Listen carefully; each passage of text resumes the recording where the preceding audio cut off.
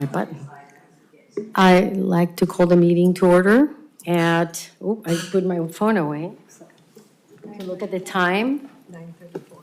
9:34.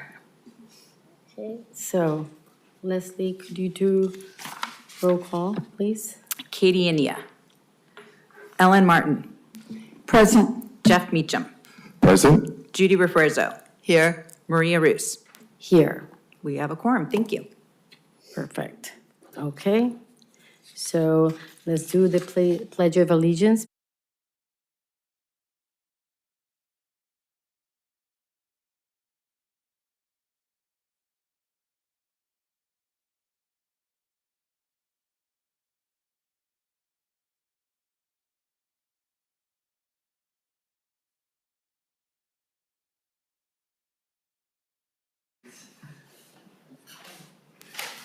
Okay, so do we have any announcements from any of the commissioners? Can we go around? Anybody? No, no, I see the eyes like, no, no, no. Okay, perfect. I do have an announcement, but it's just the announcement of introducing a new member of the team. And this is Melinda Cervantes. Oh, sorry, I say it with a Spanish accent. Our new, and I'll let her share her title. She is the new person who will be running the library efforts as well as the commission activities. So I'll let her introduce herself first as an announcement. Thank you, Maria. Yes, I'm Melinda Cervantes, and I'm the interim Library and Community Activities Director. This is my third week in Carmel, and very much enjoying meeting all of you, and thank you for your volunteerism and activities. When I received the agenda, it was quite overwhelming.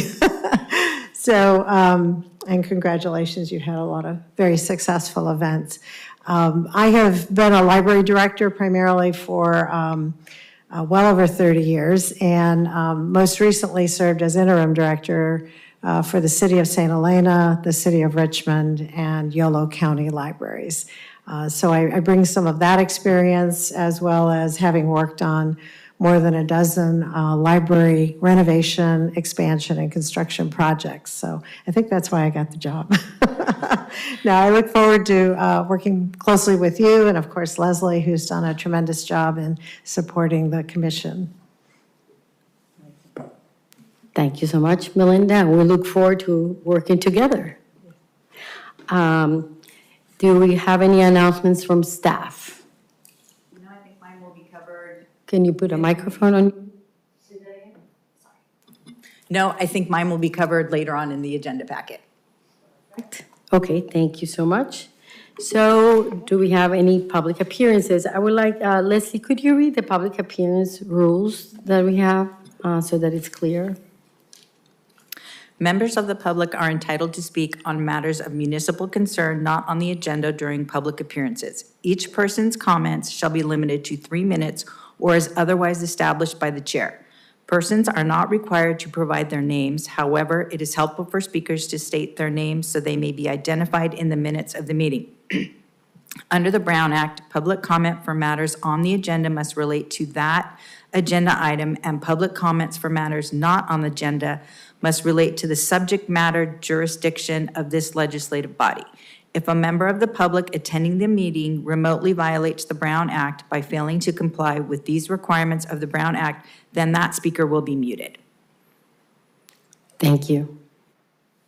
Okay, so I guess I would like to say, are there any public comments? Do we have any members of the public that want to comment? I guess not. Okay, so let's go on with the order of business. We have a pretty robust agenda today, so I would ask all of us to make sure that we stay within our limit of comments to the public, 3 minutes, and us as well, maintain it clear and crisp and succinct, because I would like to make sure that we can cover every element that is on the agenda. Okay, so the first one will be the approval of the minutes for the September 9th, 2025 regular meeting. Do I have any comments or changes? I move that the minutes be approved. Okay, second.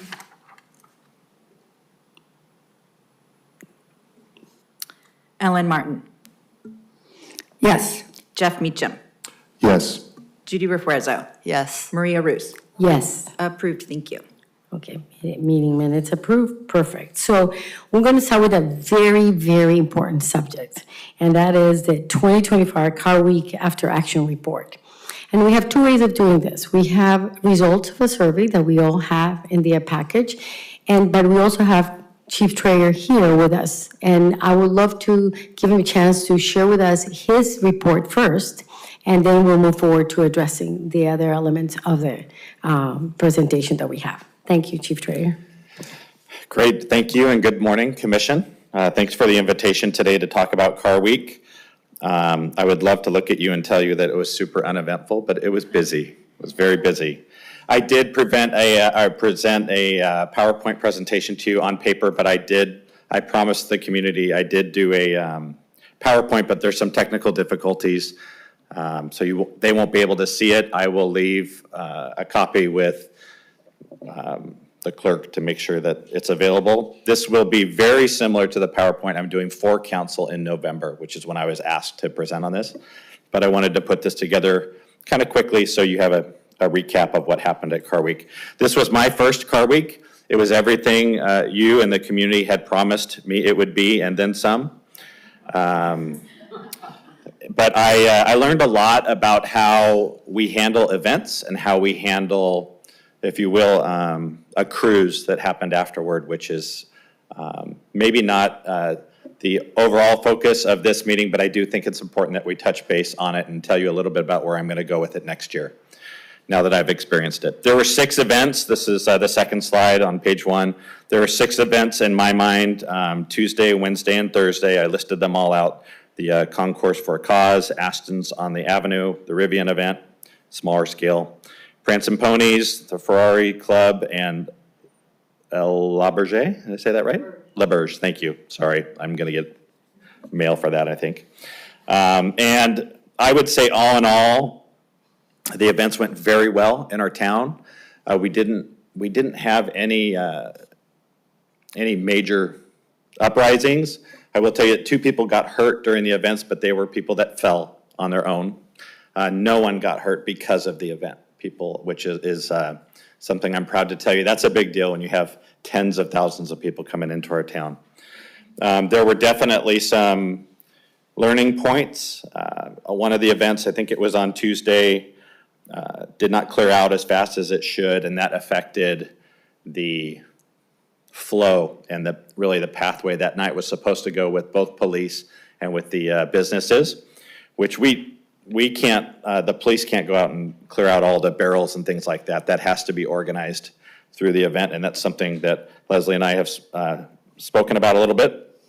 But also, there were a couple times where fancy cars were parked in front of a business, and it wasn't the time it was supposed to happen, and it led to hundreds of people mobbing those cars, and that was really a big learning point to me, where fortunately, City Administrator Rarig and Brandon Swanson came out and said, cover the cars, and it solved the problem. But those are the type of things that you can only learn by doing. So those were really the big event-centered issues that we dealt with during Car Week, which I'm proud to tell you were resolved very quickly. As far as the impacts of the event, I did a little research before I prepared all this. I watched last year's report, After Action Report, and I can tell you I learned a lot, and I wish I would have known about that before I had been part of this, because some of the things they say are bound to repeat themselves, and they did a few times. So some of the things that I saw were some of the traffic calming measures on Ocean Avenue were very successful, which included the speed humps on Ocean, which the cruising groups at night did not love, but they were effective at slowing people down and really just changed a traffic pattern, making it a lot safer along Ocean. This year, the Public Works team put them into the ground with special bolts that didn't come out. They were very successful at doing that, and that just made it safer, not only for the cars, but for slowing people down. I have received multiple emails from community members asking that speed humps be put on their street and almost every street in town. And I respect that because I get it, and I am listening, and I am contemplating, are there better ways for us to control traffic through our community? We definitely had a no-tolerance approach to what was happening in town when it came to safety. So you didn't have a sideshow, meaning burnouts and things like that in our town. We formulated and put plans together to make sure that didn't happen in our town. And to be honest with you, the cruising visitors were respectful when it came to that. They weren't doing these huge burnouts and things that you've seen, from what I can tell, and videos I've seen in the past.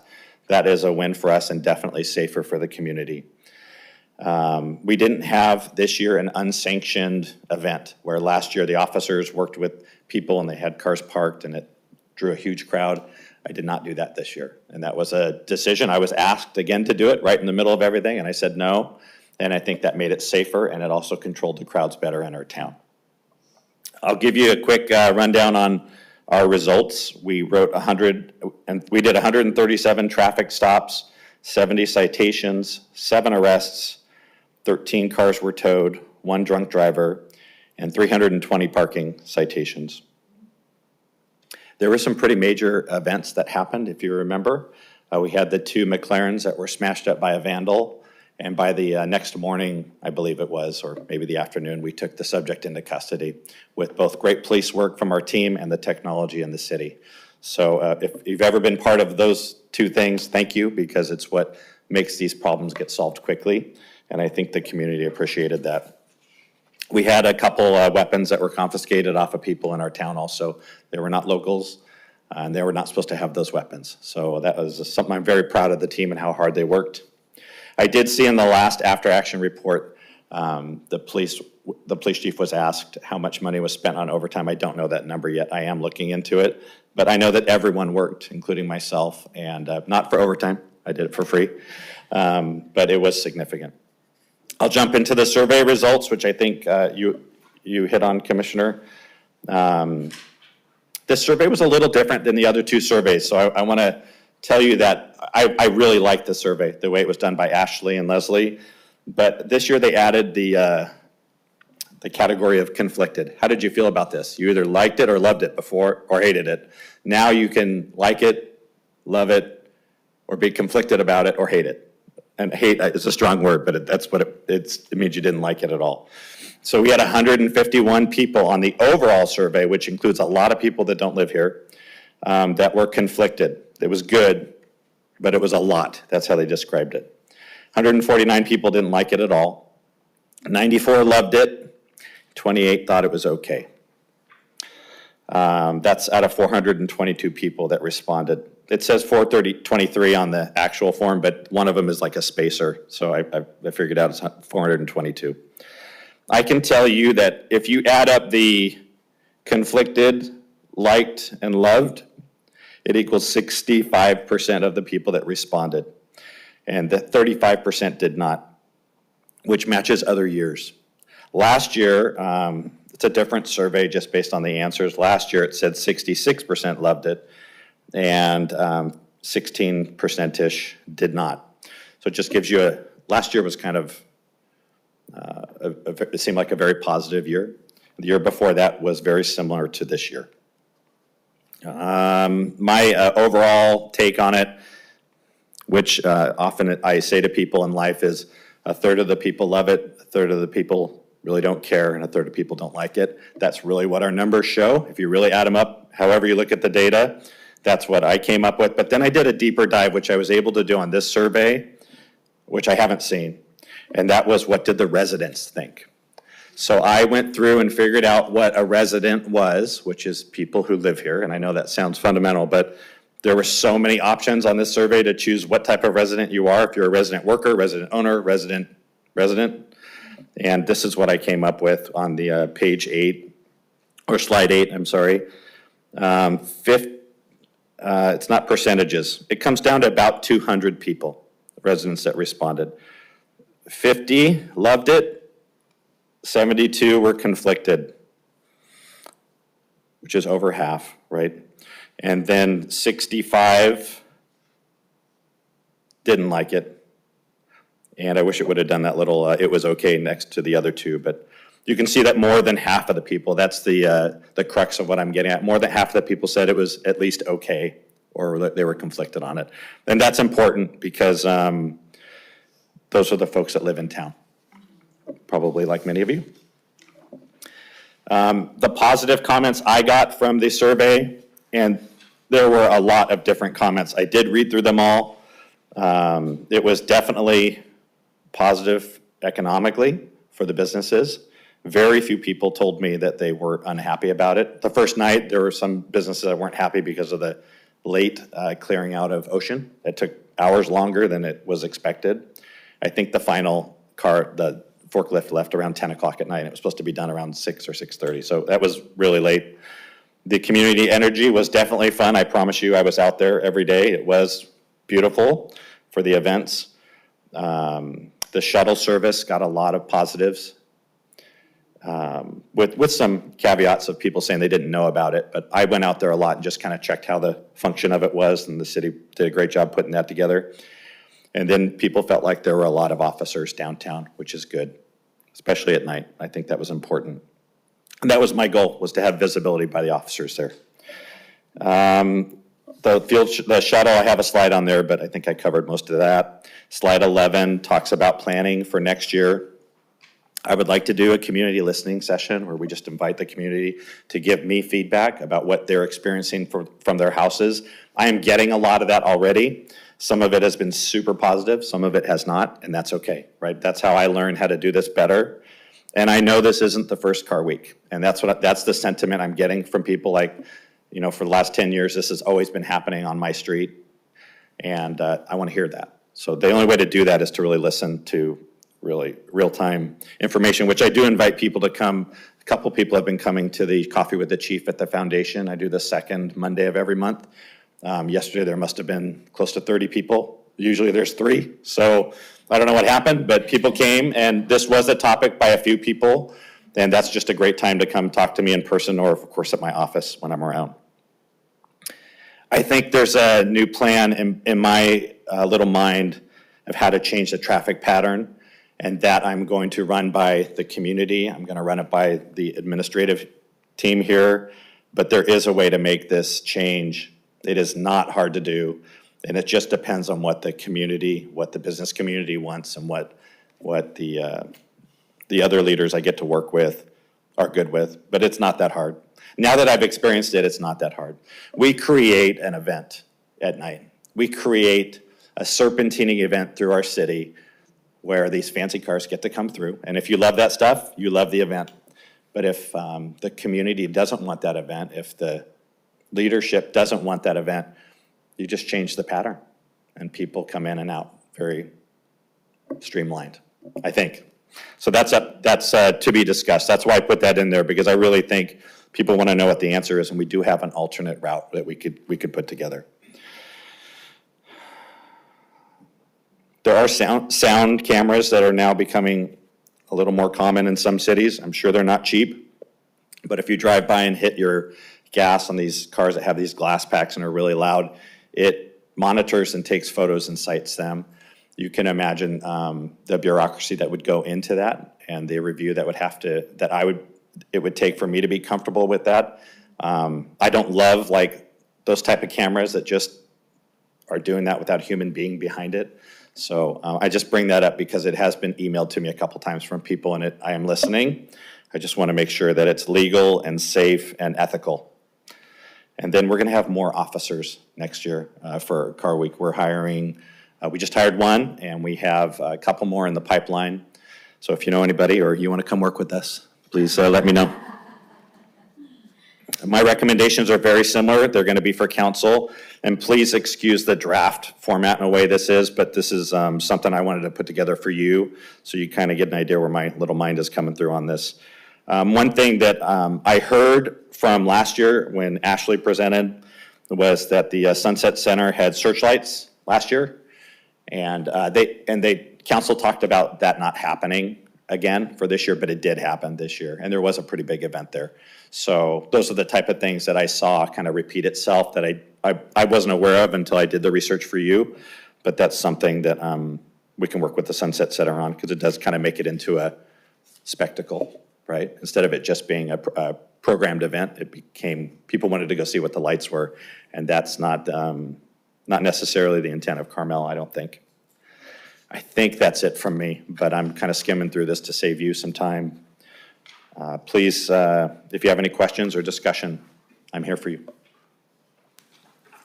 Great presentation. I like it a lot, and it really goes hand in hand with the other package that we received. So I would like to go around our commissioners and see if people have comments or questions.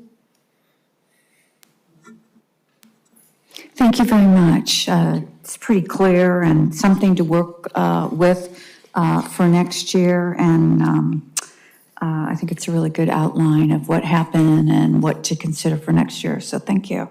Thank you. Yes, thank you very much. It was very thorough, and I love how you broke down the residents part of it. I have a question on your recommendation here. I'm not sure I understand it. It says, consider rental of parking stalls. I thought the parking stalls were already being rented out. Yeah, thank you for the question. Yeah, my deeper dive into the car stall rentals is that there were sometimes it caused conflicts. Oh, it caused a lot of Yeah, conflicts. and this year especially, what I got was quasi 911 calls from business owners saying, hey, there's so many people in front of my business, can you guys come clear this out? But if you look at what the intent was from renting out those spaces, that the businesses, and I did have to look it up because I didn't know, they are technically responsible for that crowd control. And they just, a couple people had called and really put it on the police department. We did handle it, of course, it wasn't hard. These are great people who are going to look at supercars that I will never be able to afford. But I just bring it up because I think I need to do a better job working with the business community, making sure they know when they rent those spots, like, they need to control the crowds. When we talked about the cars parked right down the street here, that was a big problem. I had to shut the street down until I could figure out a solution to it. And then when I heard there were car covers, because I was a little ignorant to it, the car covers literally solved the problem, right? So the same could happen anywhere in our community. If these rented spaces are causing a problem, like there's a safety issue, then the businesses have to be responsible and handle it. And if I have to come in, that's fine. I'm gonna handle it, which means I'm gonna put covers over it, or I'm gonna ask the cars to leave if it's causing a problem. Or we decide if we want to rent them or not. Right, That's another option, right? right. Yeah. We're creating a show, right? We are. So, and I love what I saw. I mean, I was here every day, all day. I loved what I saw on Ocean and the other streets that fed into it. But there were a couple times where it became an issue, especially during the evening time, it became an issue. It did. I tried to go around the block, and it's like, oh, you can't, because everybody's out in the middle of the street Yes. taking pictures of these beautiful cars, but I can't drive down the street. So, yeah, Yeah. it did. There was one night where it was obvious to me that the pedestrian numbers were just a little overwhelming because of the show, and that's when I directed all the traffic out of town. It changed everything. Appreciate And it. my team did it. It wasn't me being super smart. It was my team coming to me and talking to me about option B, which was a safety issue. And they did a great job. Yeah, thank you. We appreciate Sure. that a lot, yes. Thanks for the question. Well, Chief Trader, I have a couple questions. Number one is the closure of the street were basically in front of La Verge. I remember there were what some of the McLarens were, right? That closure came after the fact, or was it intended to be closed because they were renting all those stalls? Because there were several of them, they were all together. I mean, so what, can you help us understand that first? Yeah, I will tell you what I think happened, and Leslie will either kick me under the table or chime in. But the stalls were rented for, I believe, Thursday, and the car showed up a day early. And that day early was not part of the plan for us, but it immediately attracted dozens and then hundreds and then more hundreds, right? And it filled up the street. Cars, when I got here, my VIPS team told me about it when I walked down here. There were cars driving through like they normally would, like you driving to your home. Normal community members were driving through, hundreds of people, You can imagine, that's not safe, number one, but it just shouldn't be happening like that. So that's when the admin team came out and helped me, and we covered the cars. They had them cover the cars up. I did close down the street, though, because I didn't want any more cars going through there, and it probably took about 45 minutes to an hour for things to settle down. But that's something we can learn from and make sure that doesn't happen again next year. You know, these cars come from all over, right? So we say you have to be there Thursday at 6 a.m., but I'm estimating some of these get flown in from Italy. I don't know, but they're beautiful, and their timing isn't always perfect. So maybe there's just a better, we just keep them covered until the show starts. Which I think is a good measure, they're covering them. Let me ask you a second question. I noticed that some of the, and it was mostly McLarens or Lamborghinis, coming down Ocean towards Junipero. And they were all, I mean, there was like a crowd stopping to see them coming down the hill, and then they were diverted. Is that, would you think that was measured the best way, or should we put like speed bumps a little bit further up on Junipero? Can that be done so that we can slow them coming into town? What do you think? Let me make sure I understood you. Were they coming in on Junipero or coming in on No, they were Ocean? coming on Ocean towards Yes. Junipero, and you see the crowd standing on Ocean, watching them slide down, so to speak, and then they had to divert, I mean, and there were like multiples, you know, I mean, of McLarens or Lamborghinis together, you know what I mean? Yeah. So did you see that? Did you notice that? Yeah, I did. I think I saw it throughout the day, or the evening. So I think the speed humps on Ocean are critical. I think they definitely slow down what you've seen in the past, which are almost like a drag race at times, people going up or leaving space and then hitting it hard to go up, which creates a ton of sound.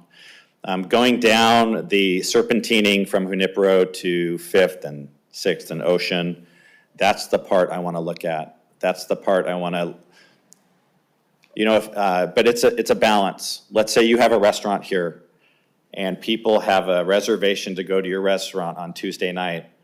There has to be a way for me to say, I have a cruising person and I have a person going to a restaurant.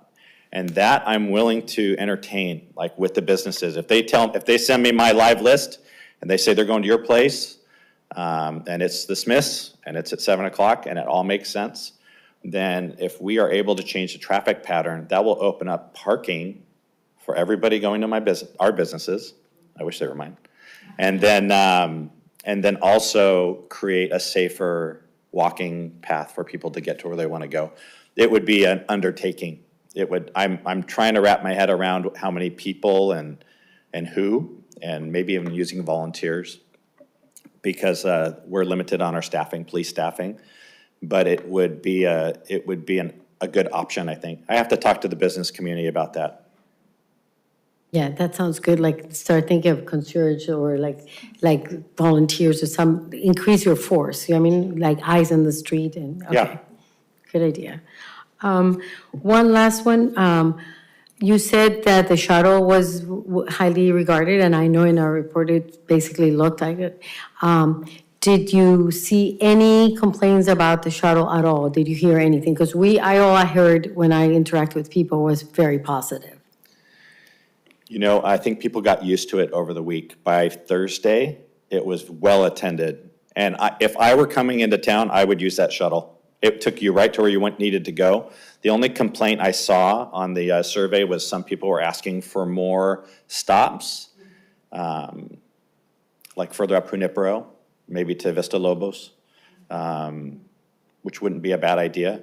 But I think I applaud the team that put that together, because by Thursday, and I went every day, it was full. Like, there were hundreds of cars there. And I'm very grateful that we had that, because where else would they park, right? It was already tricky. I didn't get a ton of parking complaints. There were some on northern Junipero. I saw like a tail end of one night where there were just way too many cars parked there. And that's something else that I work on internally. I keep notes on everything. But that shuttle was, I think, a win. But that's part of the listening, the community listening session. I think most of our community members walk into town, right? Not all of them, but most of them do. But when their friends or visitors come into town, it's a win to have parking like that. I wish that was ours all the time. but I might need a little more money for that. Yeah. Okay, any more questions for Chief Trader? I really appreciate your report, and it's very good, and hopefully we can give you some additional feedback after we finish our discussion, but I think you're good to go even to brief the city council next month, so it's pretty good. We'll find out. Thank you very much for your time and Yeah, listening. thank you. Okay, so let me ask you, on regarding Car Week, do you want to go over the action report that we got from Leslie? Leslie, can you give us highlights of your action report, or do you all feel it's necessary? At what point do we ask the public if they'd like to speak before we start? No? Okay, we could do it that way, okay. So we can go to the public and see if there are any, I don't see anybody online, any public comments on Car Week? No comment, okay, perfect. So let's go around, why don't you start, Judy? Let's go around if you have any comments on the report from Leslie, or do we want Leslie to brief us first? Because we had a chance to review, so. Yeah, we had a chance to review. I'd like to just, well. Can you put your microphone on? Oh, sorry. It is on. I'm sorry. Close it. I'd like to go through, like, I guess, section by section and talk about it, but if that's too much, we can not do that. No, let's do it that way. If you all feel we want to have Leslie present, that'll be great. If not, we can just go section by section. Or Leslie can present. Leslie, you want to walk us through it? Sure, I don't know if I have a lot more to add than what Chief Trayer said. Okay. Let me back up here, hold on one second. This up again. As far as the Community Activities Department was concerned and working with all the event organizers, as Chief Trayer said, the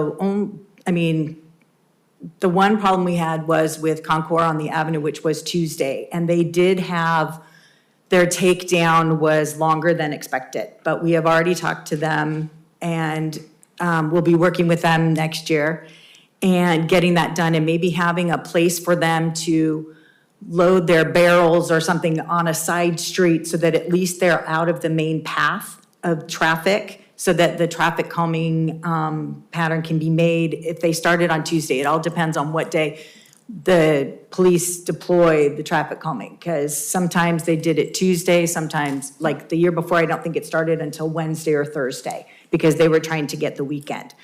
So, but we have talked to them, and fortunately, Ashley is our representative out there now, so she knows exactly what we're going through, so it'll be very easy to talk to her. And otherwise, all the other events went fine. They got out of there in time. We didn't hear any complaints about them. So we have already received applications for the return of these events, so we'll start working with the organizers on any issues, and if you have any problems or if you saw anything, then let me know, and we will add that to our notes to discuss with the organizer. Let's see.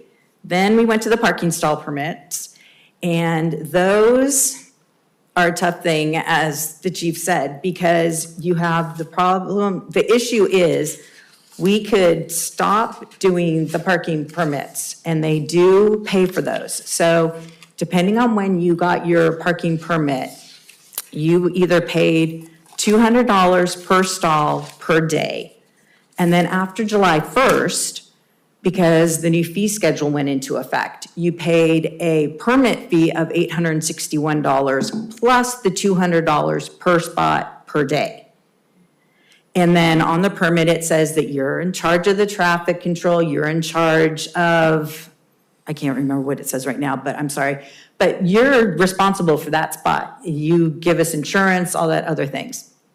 So the issue there is, if we don't charge for the parking spots, those cars are still going to park there, and all they're going to get is a parking ticket, which is now $40.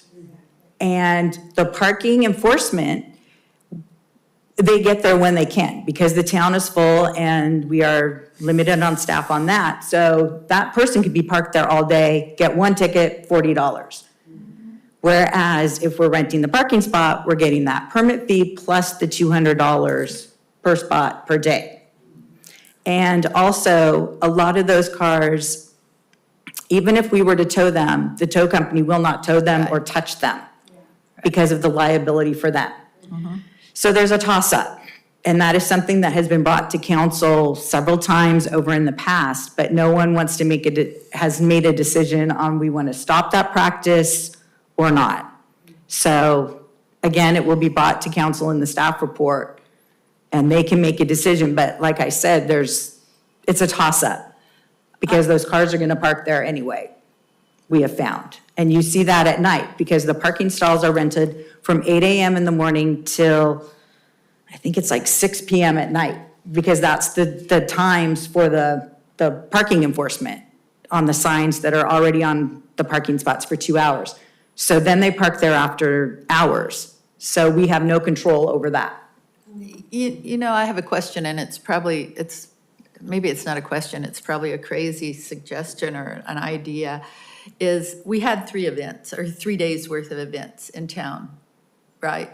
So those 3 days worth of events, nobody's parking on Ocean, right? They're not during the day. It's Ocean, I mean, it's closed off. So what if we didn't have any parking on Ocean at all? You know, during car week? You're going to have to pass that by the business community. Right, but if some of the business community that can afford, the few places that can afford to rent the parking stalls, and do they have to rent them just in front of their place, or can they rent them anywhere in the city? They're in front of their location, And how many are they allowed? as many as they pay for. So maybe it's their block, so it's maybe not in front of just their location. So maybe some of the other businesses feel like they're getting, you know, their customer has no place to park because this guy has rented everything out in front of their business, and, you know, so, yeah, it's, some businesses might not like it, but it might solve some issues. I'm just throwing it out there off the top of my head, crazy idea, but, you know, it's already not being parked in front of, let's leave it, and let's not cause the incident that I was having on, you know, a Thursday night when I'm going to drop off somebody to pick up takeout, to come back home and go back home so that we could get through, and you can't get through. I mean, it was insane. So just an idea. Okay. I will say that I did count this morning. We gave 11 permits to businesses, and they had a total of 35 spots. And that was over, we do not rent the spots during event days. So no spots on Tuesday, Wednesday, or Thursday. Right. So So this that's a was, lot for the so this days. was mostly, there was a couple businesses that had them on Monday, but not too many. And then like there was Friday, mostly Saturday. Friday, Saturday, and Sunday. And that's where I saw the problems downtown. Driving through. And then the shuttles, that was a very quick turnaround. It was like a week. And they found a place they negotiated with the mission to use the baseball field. We got the shuttles. That was all done through the mayor and the city administrator. So we, as a community activities, did not have any part of that. We did send out notifications to our event organizers if they could please post on their social media that there is a shuttle available, and that kind of thing. So then we had the quick ads in the Pine Cone and that. So a lot of people did not know about it, and that was just because of the timing of how fast it was put together. So next year, hopefully, with the success of it, we'll start earlier on that and get that out. But we did post it in the Friday letter. We sent out special Friday letter announcements saying that there was a shuttle, please use it, that kind of thing. I was hoping Katie would be here because a lot of the businesses didn't know about it. I would be in businesses, I was in 2 restaurants and a wine tasting room, and one of them was having a meeting, so their whole staff was coming in. They didn't know. They're like, there's no parking. I said, there's a shuttle. They didn't know. So yeah, we got to get the news out. I think it was brilliant. absolutely brilliant. Maybe some And if, sign. and maybe a bigger sign on Different door. Highway 1. Because by the time I saw the sign that was on Highway 1, the little one, it was like, whoo. Well, yeah, and that goes along with the timing of getting Yeah. everything together. And I will say, you just reminded me of something, and now it slipped my mind. One of the feedbacks we did hear in the survey was that for the business community, the hours needed to be longer if their employees were going to park down there. Yeah. And then the fee for this was paid by the city. And in the past, when we did have it during Concours on the Avenue and the Tour de Elegance, which were Tuesdays and Thursdays before the pandemic, that cost was passed through to the event organizer. Exactly. So this year, the parking stall rentals all but covered the cost of the shuttle. So that was how that was able to happen, because it was not budgeted in the city's budget at the beginning of the year. So that's another thing to look at, is passing that through to the event organizers. Well, who gets the 320, the money from the 320 parking citations? It goes into the general fund. Okay, And so that is what they're yeah. balancing out for the cost of the shuttle. Yeah, but yeah, as I recall, yeah, because I remember when the shuttle idea came about with the city council and the mayor, it was last minute, but this was a beta test. This was a test. And I think based on results and the fact that it was successful, maybe we can add, like Chief Trey mentioned, another stop or a couple of other stops, you know what I mean? And take advantage of it. But I think everything was done very well in announcing it and making the knowledge known, even though there were a lot of people without knowledge, but at least it became word of mouth, you know what I mean? And it was utilized effectively. And I like the fact that the costs were covered by the parking stalls, you know what I mean? Because that's the rental of a stall. That's pretty good. I appreciate that. I know you had a comment, Ellen. I wanted to go back to the parking for a moment. I know it would be, I don't know if it would have to go through city council and be approved and all that, but is there any way on special events days that you extend, 6 o'clock is when the parking staff stops ticketing, if it went to like 9, and then you'd probably get more tickets written, more money coming in. And then also maybe increase the fee for the people who are parking their cars and paying for those stalls. They're going to come and park in those stalls anyway. And you are right, Leslie, that I think it's really important to be able to rent them to them. And then in that contract, you probably have that the police have the ability to cover them if needed. So there's no feedback on that, but I don't know if they could change the timing so it would be extended, the 2 hour, 1 hour, 30 minutes, whatever it is, to get people to move their cars, because those fancy cars, or even all those Porsche people, they come into town, they park their cars, and then they leave them all day. I live on San Carlos between 7th and 8th, and I see that, they don't care about that $40 ticket. They just want a parking spot. Anyway, that was just my feedback. See, and then the next section, the chief covered most of the survey feedback. The reason the survey results are the way they are in the packet is because with over 420 some odd responses, when you print it out on Excel, it comes out this big, and you cannot read it. Otherwise, you have to put it in little sections, and it becomes like 150 to 200 pages, and you would have to paste it together, and it would go from one end of the room to the other. So Google Forms did a lovely little charts and things, and that's what I added, and then I added what the chief had done for his survey results. So I think he covered that pretty well. But if anyone has any other questions. No, I think it's pretty thorough and complete. I think in general, I would like to then see if there's any particular comments around the commission. Thank you, Leslie, for presenting that. If we have any particular comments, suggestions, or observations of things we think we ought to consider for next year as Chief Treasurer prepares also to brief the council. I mean, we can say, what do we think from a commission standpoint? What do we think are our thoughts? So I would like to go around. Do you understand, Ellen? Are you ready?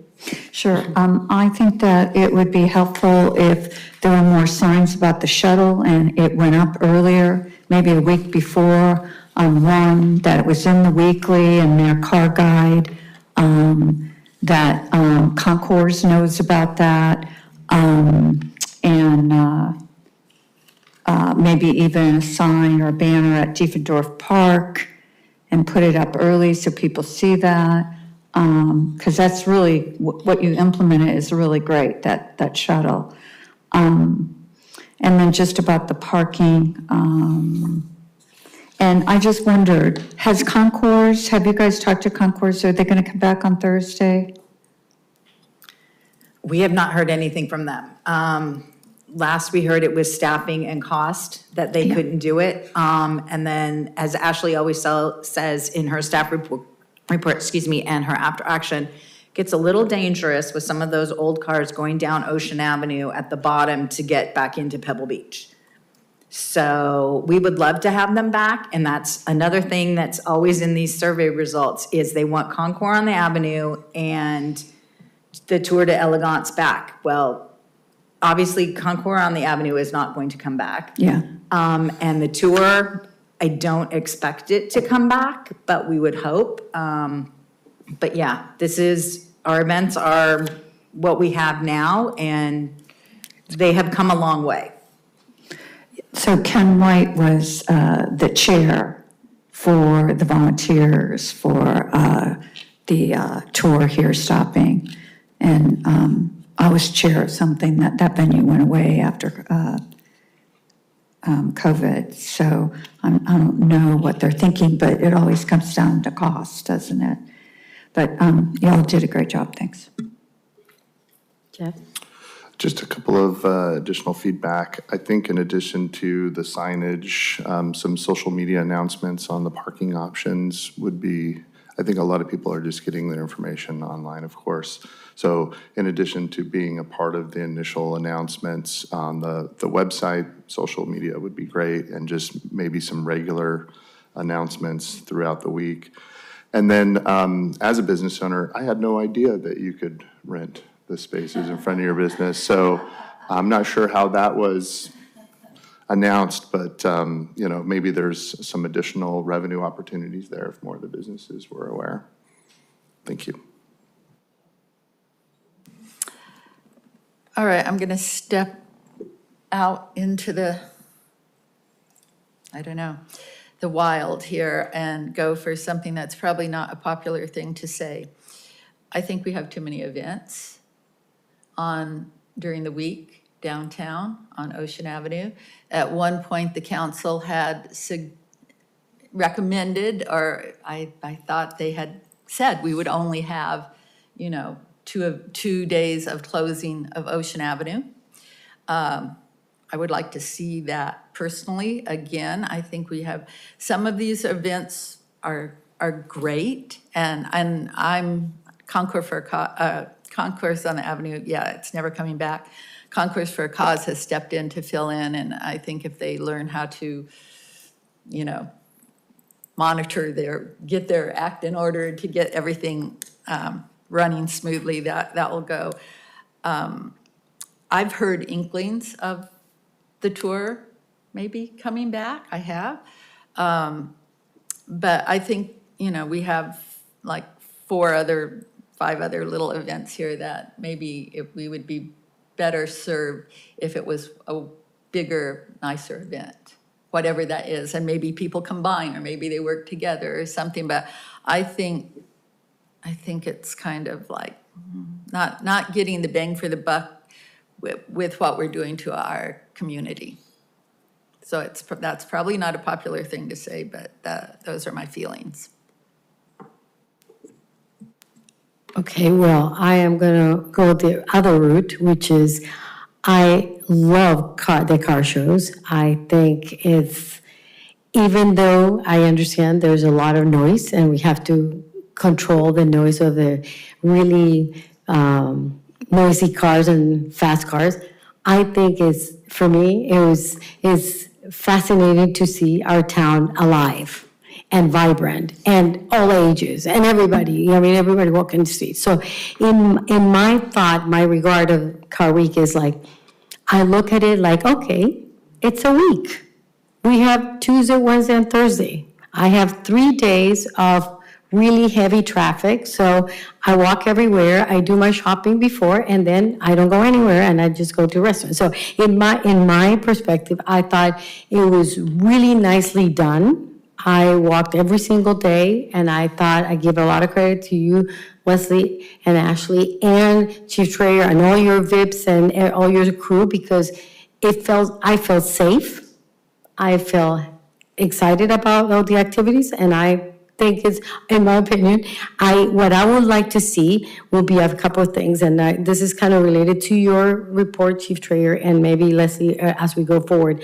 One is I would like to see what is really the benefit. Since I'm a numbers person, what are the revenues? What is it that makes a difference for us? Can we, exactly, can we go and look at the TNT? Can we go look at the businesses? I know it's just 3 days, but how could we separate it? I don't know if we can, we manage it at a monthly level. Can we look at that week? You know what I mean?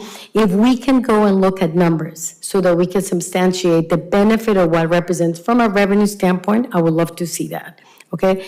From an action, I encourage you to do the community listening session. I think that would be really good. I would love to be part of that. From your presentation, Chief Treasurer, I would think if you think of additional speed bumps and another way of flowing the traffic, I would say maybe for your presentation, you could add a couple maps of ideas. You know what I mean? 2 sample maps of like, here's a thought, so when you brief the council, they can get the visual of that. From the renting, hey, I mean, we have a business owner here who didn't know about the renting of the stalls, so let's make it more knowledgeable. And here's my question, and Judy, I was just thinking about, why close Ocean? It's really 2 lanes for traffic and 1 for parking. So if we can close, it's like when we had the COVID and we have all the restaurants opening outside. Maybe we can let all those areas be parking and rent them and just almost like separate them, you know what I mean? And let the traffic to be 2-way in each direction versus eliminating that source of revenue, which I think is pretty substantial, especially. The one question that I would ask all of us to think about, and I do not know an answer, is there a way in which we could, I don't know, control, manage, I don't know, the noise component? Or we can say, okay, fast cars, loud cars, whatever, cannot operate after 10 p.m. or cannot, you know what I mean, put a limit. Almost like you have to remove them or you have to cover them after 9:30 or something, you know what I mean? If that were to be possible, you know what I mean? Or something of that regard. And I'm just thinking out loud. Because then we will have the noise issue less of a problem for the residents, and we will have less of the running around or racing in town, which honestly, if it's manageable, for me, it's kind of like, I used to think 3 days, I can deal with that. You know what I mean? If people don't want to be here, I hate to say, but leave town. You know what I mean? Go somewhere else that's more quiet. And that would be my opinion. You know what I mean? Yeah. So those are kind of my thoughts. We'll see what you need, Leslie, as we prepare for next year. How do we get ready? And we'll wait for your council brief and see what outcomes come out of that. But I really appreciate the work that you both have done with regard to the information and everything you've given us today. Okay. Any last minute thoughts? Yes. I do have a couple in the same vein. I'll say that I also enjoy and appreciate Car Week. I'd consider Car Week as maybe adding some cachet, for lack of a better term, to the area. That being said, I'd also ask, is that on brand with Carmel? Just a question I'm throwing out there. And in terms of impact to the businesses, I can again attest as a business owner that there is an impact during Car Week. as there are with any what I would refer to as point-specific, meaning that a lot of the attendees to these events don't necessarily venture off and become patrons outside of the immediate area of that event. So just a couple of final thoughts on that. Thank you. So Jeff, are you saying that your business was slower during that event? It is significantly slower. Well, I was in a tasting room that is right off of Ocean, no business at all. I mean, it was dead. Yes. So it's, you know, real, and when we used to have Tour de Elegance, the businesses used to complain. They don't, the money's not coming into them, you know, so. Right. The event, I'd really like to hear from the businesses how much they really think it's helping. Hotels, restaurants, maybe, but the rest of the businesses, I'd like to see those numbers. Just for full disclosure, I was a chair of a venue with Concourse for over 15 years until the pandemic. And I just think personally that it brings so much to the peninsula, so much to Carmel. And, you know, you get a really higher end clientele that does come in to Carmel. Perhaps the businesses are not doing what they might normally do on those particular days. But if we go back and look at the chamber or whoever's putting out the TOT for Carmel, I don't know if they break it down just the peninsula or each, no, they do break it down because Monterey gets theirs, to look at that. And then what does Carmel do with their TOT revenue that they get from the Monterey Peninsula Chamber, whoever, yeah, they collect it. So it's hard to weigh Yeah. residents, business, and then bringing in all those tourists that are going to love Carmel and then come back when it's quieter. So I believe in Car Week. I wasn't here this past concourse. I was out of town for the whole week, but I just really believe that it brings so much into our community, good and negative, but it's a plus for us. And I'm not against Car Week. I've volunteered for Concours for 15 years. I've worked I was block captain for Concours Tour de Elegance for 12 years, and I've worked the Concours myself. So I'm not against Car Week. I'm just I think it's changed a lot. And I would like to maybe reel it in just a little. But no, but even when I was volunteering, I still heard the same thing from the businesses downtown. And TOT is a different thing. TOT is hotels, and they're full, guaranteed. And all the houses are rented, even the ones that aren't supposed to be rented. Right. So, Right. That's true. And I heard from some restaurant owners, not wine tasting places, but restaurant owners, and all they told me was the restaurants were pretty packed, but they did say people tip less. The tips were smaller, that we locals tend to tip higher than the people visiting. And I thought, okay, well, the benefit of the volume versus the tipping, I guess that's what you get, you know what I mean? But some of them had lines going into, so some of the restaurants. I believe that possibly the wine tasting is probably what suffers the most, and I do not know about. I'm gonna ask a couple owners of stores of clothing and see how they did. See if that makes a difference for them. But yeah, well, good feedback, good comments. Are you good to go with our comments, Chief Dreyer, for your next? Oh, do you want to come over? Yes? I just have a general. Come to the microphone, please. Okay. My voice usually is a bit loud. I work at the Chamber. I've been at the Visitor Center for 8 years. And I bring that up because of the shuttles. We have people 9-10 months in advance asking us about Car Week, asking us about parking. If the sooner we can know about it, we we contact so many people, or they contact us and want information. I would love to be able to tell them earlier than later, not to worry, we have shuttles. How that's gonna work, boy, is that gonna put a lot of people at ease. And the earlier we can get that information, the better. Because we have so many, I'm amazed how many people come in even months ahead to visit and say, yeah, we're coming back from Car Week, but what do we do? How can we make it better? So the sooner we can hear that, that would be great. Fantastic. We'll take that into account. I love the idea of making sure that it's more known. And like we said earlier, there were some business owners that didn't know as well. So we'll make sure to take that into account. Perfect. Thank you for your feedback. Okay, so can we close Car Week now? Are we good to go? Okay, so let's move to the next item. Thank you, everybody, for your input and feedback. Thank you, Chief Trader.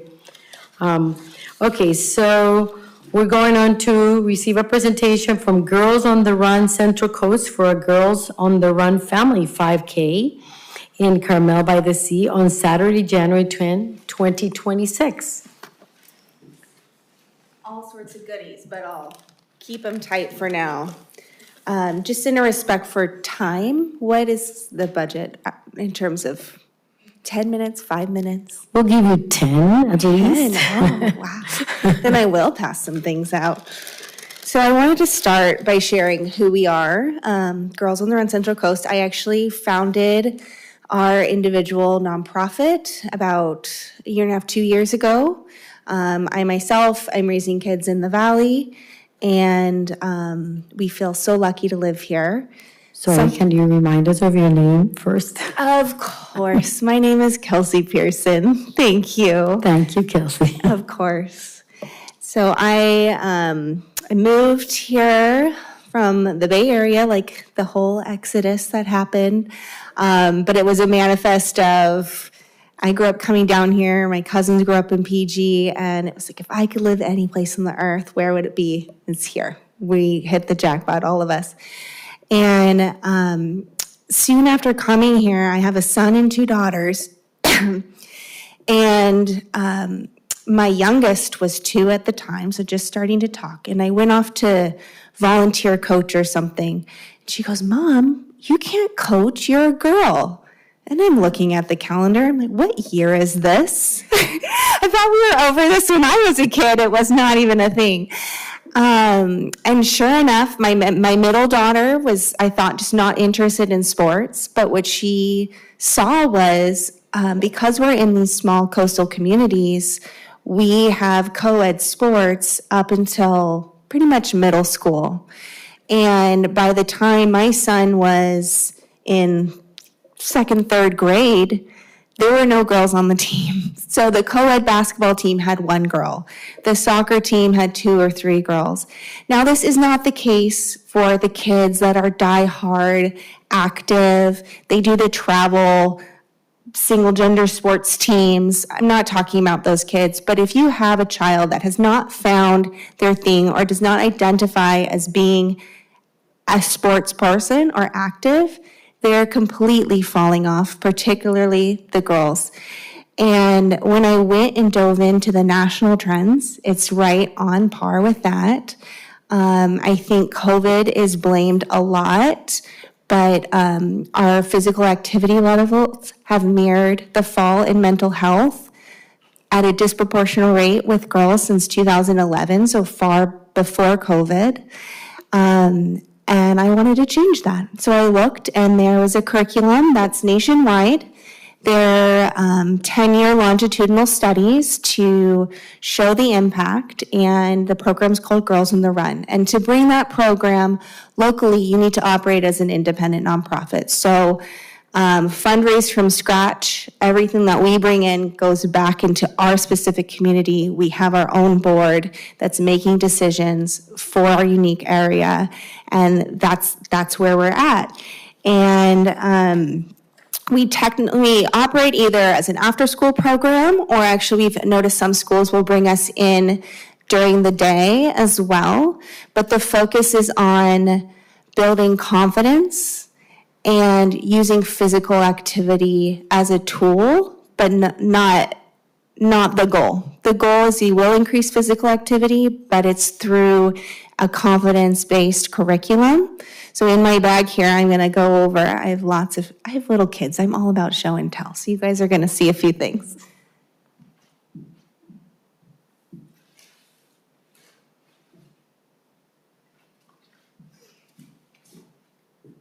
So we're not a track club, we're not a cross-country team.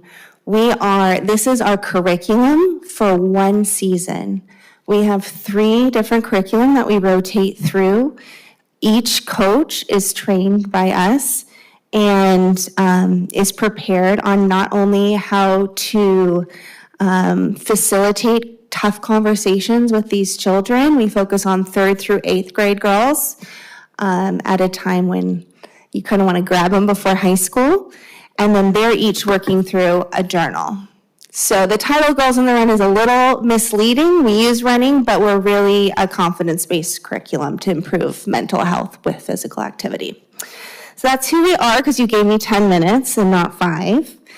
And what we are proposing is a fundraiser 5K. So we'd love to create an annual Carmel-by-the-Sea 5K. I know there was one historically. We'd love to bring back that route.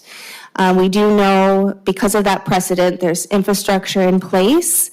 And then we've also brought in community members who their careers are in managing large-scale events, and they are pro bono supporting us with the planning. So that's an event community wide angle group. They have clients like Ruess and Toyota and actually the Staples Center in LA. They very generously devoted their time. And so we feel confident going in that we could bring an event that has connection and community for this cause, but then also might inspire people to go and pursue kind of their own causes as well. January 10th is the date we kind of circled. In our community, there's not a lot of events happening.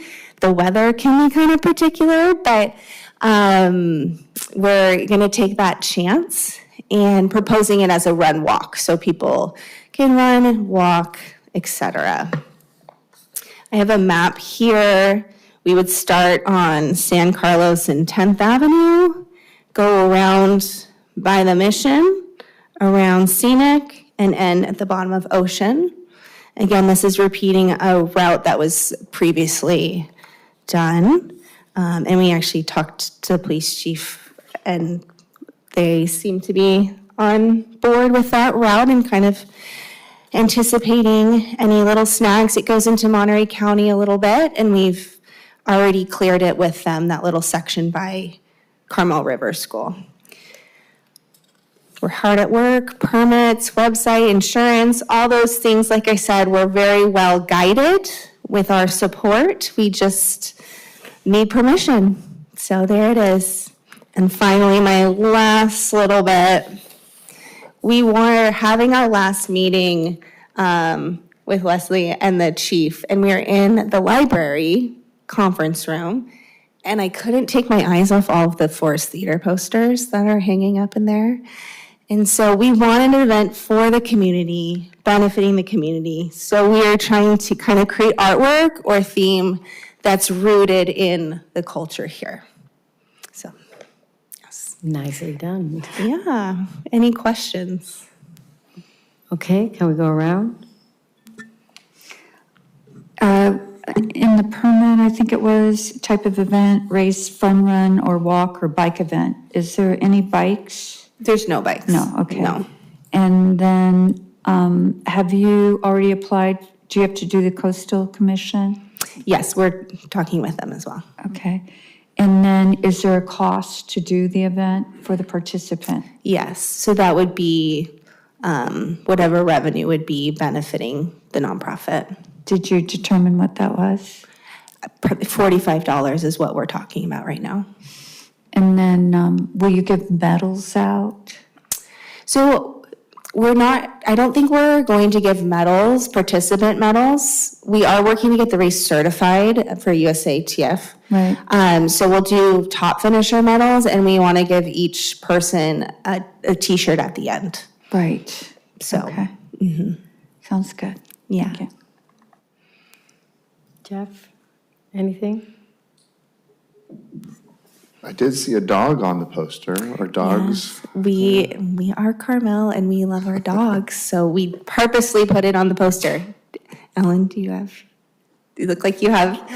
Oh, the poster, yeah. The poster, yeah, we incorporated a dog because we wanted people to be able to walk or run it with their pet. And there you have it. We even have a extra, if you want your pet to be official, you can pay an extra $15 and they get a little bandana and yeah, so. And do you anticipate how many people will participate? And do you have a maximum amount of people that could participate? Absolutely. So in looking at the prior race that was held here before 2020, I think they were at about 1,200, but they had a shorter distance as well. We're planning 850 and would cap at 1,000. This is taking place in only a few months, so it's definitely something that we hope to grow, but I think 850 is reasonable.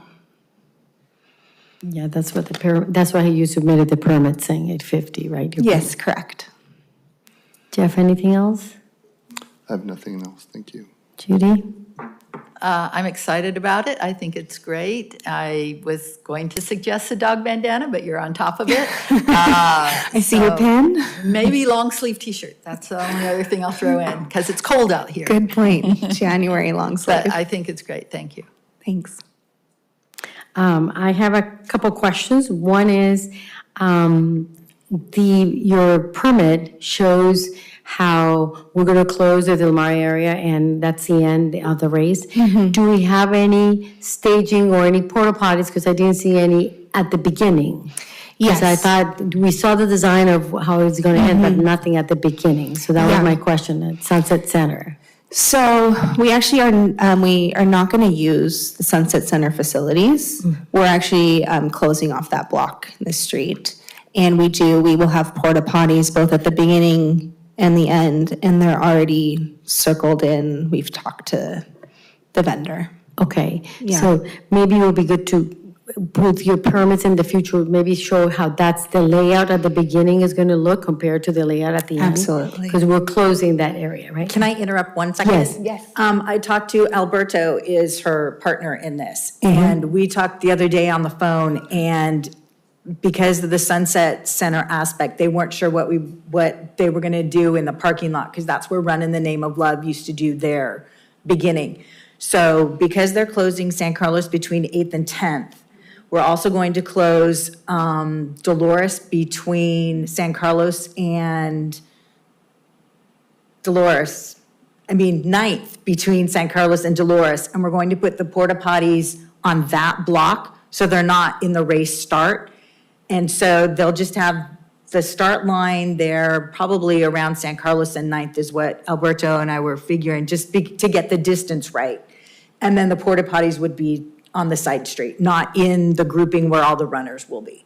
Okay, that And makes total sense. they did not have, when we talked and the permit was issued, they did not have that aspect of it completely finished. So we've been talking, and that is what we came up with. Thank you, I appreciate it. I'm pinch hitting today for Alberto, so I appreciate it. All of that, Leslie. Okay, perfect, that answers that question. The second one was your poster. Yes. It doesn't say Girls on the Run, it says No, it does not. Is that purposely done, or? So, yes, it is. And the poster is, of course, not finished. We need to put more details, like the day it is happening and how do you register, things like that. But just to give a general look, if we were to make it a Girls on the Run 5K, there's like royalties and things involved in that. And we'd rather have it rooted to Carmel. So it's a Carmel-by-the-Sea 5K benefiting Girls on the Run Central Coast. So we will be saying that it's a beneficiary run, but not branding it as a Girls on the Run. Perfect. That, it makes more sense, because when I read the application, I thought we were making just a girls, but I love this, what you're doing, which is more a 5K run, walk with dogs or no dogs. And all of Carmel is engaged, could participate in support of the fundraiser, then 501c3, you're Yes, you are. perfect. Fantastic. Thank you. I'm good with everything else. I have to give you a lot of kudos to you, Alberto, whoever put together the application, because it was very thorough, and I thought it was quite complete. I don't know, Leslie, you probably have much more experience reviewing them, but I thought, wow, everything's in there. I don't have a lot of questions. So I'm very excited that you're doing it in January. We're a pretty quiet town, so it would be nice to be walking around even if it rains. So I'm good to go with that. So congrats. Thank you. I'll pass your compliments to Alberto. One more question, and it's probably to Leslie. I remember when the Run for the Name of Love was good, they had an issue with sound. Do you remember that, Leslie? So is that taken care of here? It was the sound, and that's part of the council approval. Okay, So, and it was that they are, Running the Name of Love started a little earlier, so it was a time Okay. frame thing. All right. But yes. Yeah, I just wanted- You mentioned the Coastal Commission. I checked with our planning director, and because this is a temporary event, they do not need to go before the Coastal Commission or get a coastal development permit. Thank you. So I would assume somebody, you, Kelsey, or Alberto, who is going to brief the council, and this has to go in the agenda for next month, right? So is it already there, or do we know, or? It is on, I have given our city clerk that we have this item for the agenda, and hopefully it's on the consent calendar, and hopefully nobody will pull it. I did run it by the city administrator when they first approached us, and he thinks that it's something that the city should, my brain is not working, should encourage, and doesn't see any issues with it, because we did have Run in the Name of Love from 2010 to 2019, and before that, there was even a 5K arts run. Okay. Several years that Run in the Name of Love went after. So it's something that's been continuous in the city, and we're just trying to bring it back. Fabulous, perfect. So thank you for bringing it back. Absolutely. Anything else? No, I'm good. Thank Thank you so much. Thank you.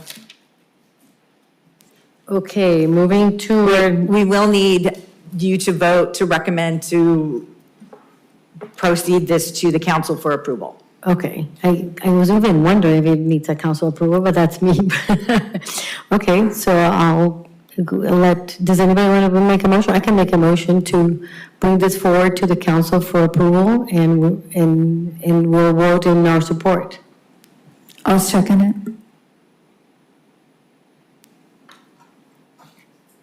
Ellen Martin, Yes. Jeff Meacham, Yes. Judy Refuerzo, yes.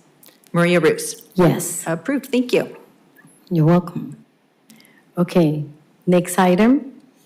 Presentation for the chamber is, I would imagine you're going to present to us today. Fabulous. Receive a presentation from the Carmel Chamber of Commerce for a Bats for Paws mini golf tournament at Davendorf Park on Tuesday, February 10th, 2026. Good morning. Good morning. Yes, the Carmel Chamber is putting on Carmel's first annual Putts for Paws Invitational at Davendorf Park Golf Club. Now, I can tell by your expressions that some of you didn't know we had a golf course in town. Yeah, exactly. Well, we don't yet, but we're going to on February 10th. And that is AT&T Week, which is the reason for this whole thing. I don't have to tell you that AT&T Week used to be something special. People came to town, and as I say, I've been at the Visitor Center for 8 years. People came to town to have a good time. There was a great spirit. There was hijinks out there. There was the shootout on Wednesday. A lot of people I visited with were less interested in the golf than they were everything going on in town. It was going to be a fun time. And with the advent of the new signature AT&T tournament, that's all gone. I have visited with a lot of businesses, and I can't tell you how many people who say, what happened?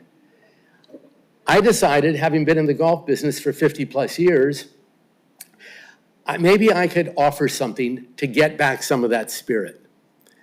So I went to Kati at the Chamber. I remember very distinctly, it was in July, it was a Friday night when we had the parties at the plaza. And I went upstairs and she was in her office and I said, I've got an idea. So I told her this idea for the Putts for Paws. And she went nuts, she went crazy. I don't know if that was because of the wine we were both drinking.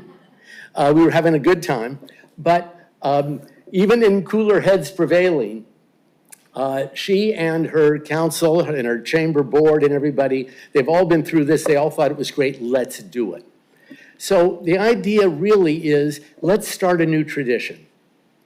The Putts for Paw is a miniature golf course gone to the cats and dogs. We're going to create a 9-hole miniature golf course in Devendorf Park. Each hole will be themed after a cat or a dog. And we're going to be doing, there is going to be no live animals there. No dead animals either, hopefully, but no live animals. We're going to use plush for the props, plush animals. I've put on these events for a long time. 1994, I don't know how many of you are familiar with R.J. Harper, who used to be the director of golf at Pebble Beach. He died very young. He's a wonderful man. I wanted to do something for the American Cancer Society in '94, and I came to him with a similar idea to do at Peter Hay. And he said, go for it, just don't destroy the course. So we put on an evening of foreplay at Peter Hay. And it was foreplay. All the holes were designed after different businesses, different enterprises, but nothing golf. This is for people who are not into golf. We had a tennis hole where you had to hit tennis ball over a net over the fairway and then put it into a hole with a tennis racket, of course. We had a doctor's on duty hole where I built a club that was a crutch with a wedge head on it, and you had to hit that, and then you got to the green where we had a nurse taking your blood pressure, and you had to putt into a bedpan, of course. So it was that kind of crazy thing. Well, it sold out. We raised a lot of money for the American Cancer Society. I've done many events like that thereafter as a motivational speaker and speaking at a lot of major events, and they always wanted something to go along that would be fun as a side thing. Supposed to be for the spouses, but it never worked out for the spouses. It worked out for everybody who wanted to have some fun. So I do have some experience in this area. The tournament, to help get people into town, I wanted each hole to be sponsored, and this is what we've come up with together with the Chamber, because this is their thing. I'm the creative person behind it, but this is the Chamber. We're going to get 9 business sponsors, businesses in town that get to sponsor one hole. And I will help them build it and create it, but the obstacles for the putting are going to be things from their service or products in their business. So they can use that hole to promote their business, have monitors talking to people as they play the hole, and use that as a wonderful interactive time for people exploring their business. So that's the idea of how it works business-wise. We're not using real clubs. We're using tennis balls, and I have made clubs to putt with that are not putters. On the dog holes, we have a dog bone putter. And I brought a bunch of things in the car, but then I thought I didn't want to overwhelm you. So I didn't bring them in, but we have a pooper scooper putter, which actually works as a great putter, and it will scoop anything we need scooped at the event. But things like that. We have a mouse putter for the cat holes. So it's going to be fun, and it's going to be entertaining, and the people we've got on our team so far really know a lot of people in the golf world. They know a lot of major media, as well as local media, that is going to be here for AT&T. And if we can get those people involved on our Tuesday, hopefully we can make this the first of many of these events like this and start to build this where there's something in town to get people to come in. And Maria, I wrote down 2 words that you said about Car Week. You said you love to see the town alive and vibrant. And that's what's missing from AT&T Week in Carmel. That's what I want to bring back. And I'm happy, I've got a lot more to say, but I think rather than that, let you ask me questions. I'm sure you have a lot of questions, and I'd rather handle it that way at this point. So yeah, please. Okay, questions around first? I'll start with you, Jeff. Well, I certainly started thinking of all the cool things that you could do that were wine themed, like using staves from a wine barrel as a club. Yeah, yes.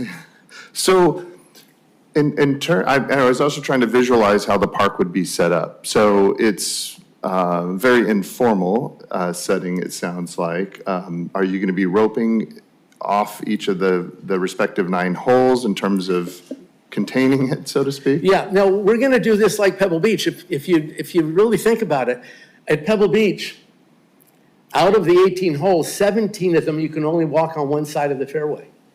You've got the ocean going out, and coming back, you've got all the homes on the right side. So I want to put the holes, I've already designed this, around the perimeter. So all the people are inside, and can follow their friends who are playing. Incidentally, incidentally, the format is team, 2-person team, best ball, alternate shot. We have 1 ball, they take turns hitting the ball with tennis balls. So we get teams involved, okay? So yes, I would say the holes go around the outside perimeter, or the inside perimeter, but against where all the foliage is. Leaving the center open, we're gonna have food vendors, and we're gonna have mocktails, no liquor, mocktails. But the fun thing with the food is it's also gonna be thematic. We're gonna have food created that fits the dog and cat theme. We may have something like putty tat tacos, and we have to have French poodle fries or pug Polish. So we want this whole thing thematically to be really outrageous fun. People to come in their favorite non-golf apparel, because this has nothing to do with real golf. We're going to make it a true pro-am, too. The am part is everybody the team's playing, okay? And that can be anybody. The pro is professional businesses. Since we only have 9 holes that businesses can sponsor, we want to have a division for businesses in town that want to enter a team to play in the event. That's the pro side. And those can be a team of employees, or they can bring in ringers. If they know a couple of the local pros that want to represent their business and play in it, they can, or a couple of high school golfers from the golf team. So we're going to have the 2 divisions of businesses sponsoring a team to play, and then everybody else having their teams to play. But yes, the interior, you asked about how it would be set up. The interior would be our starting tent, would be our food, beverages. We might even have a mini little pro shop. We'll see, we're discussing how deep we want to go this first year. And we're not sure at this point. We do have a plan B in case it rains. We've talked about the time of the year. Actually, we have a plan B and a plan C. Plan B is if it's a light rain, then we're going to do what everybody has to do in the AT&T. We're going to have caddies with umbrellas. And if it's raining really hard, we're already talking about where we could go indoors and conduct this. And there are a couple of places, including the youth center up on top. So we're thinking of those things as well. A light rain is not a problem. Everybody's used to that. But if we happen to get a downpour, then we will go inside. Now, is there a cost for participating? Are you? Oh, yeah. How are you going to We're recover? putting together the package now, the corporate, I would say, the sponsor package for those 9 businesses. And that hasn't been fully decided yet. We're doing that now. We just had our first meeting. We have wonderful people on the team. I'm just Kim Stemler from the Carmel Foundation. And I don't know if you're familiar with Oh, no, I can't even think. She's in Monterey. She has, you know what I'm talking about. Wait a minute. Leslie Varney. She is a marketeer, has her own business, knows, when I say everybody in the world of golf, including all the announcers for the AT&T, that she knows personally, and a lot of the players. And so we're hoping that with her enthusiasm to get some of those people with their families to do what they do with the Masters. If you're familiar with the Masters, the first round, what do they have? Some of the great old-time golfers hitting the first shot. We want to do the same thing, except not just hit the first shot. If we can get some of these people to play the 9 holes, that will attract a lot of people wanting to watch them and then beat their score, whatever these people shoot. So we're thinking of every way we can promote this and tie it to the world of golf, but keep it focused on Carmel and getting people into town to do something fun. I have a question. Normally, when there's an event in the park and it's a paid-for event, the park is blocked off and you have to have a ticket or whatever to enter. But then you say people are going to, everybody will want to be in the park to watch these, celebrities or guests. So how does that work? Quite simply, if this first year we talked about this, we're not going to charge for spectators. The park is open. Oh, okay. Yeah, just for playing in it. Playing in it, because we can only tolerate, we figure for the amount of time, about the maximum is 50 teams. Okay. I figured it all out, how long it would take and everything, but that, What are the hours? excuse me? The hours? The hours, we're talking about from 12 to 4, about a 4-hour window. And that includes, at the end, we'll have trophies and all kinds of stuff. But that's why I'm figuring a 2.5 to 3-hour window just for the playing. And 50 teams, I think, is about what we can accommodate. But everybody else, spectators at this, welcome everybody in. We want we want to fill that place up. And for people who want to look from the outside over the side, there are a few places you can see into the park. And great. Okay.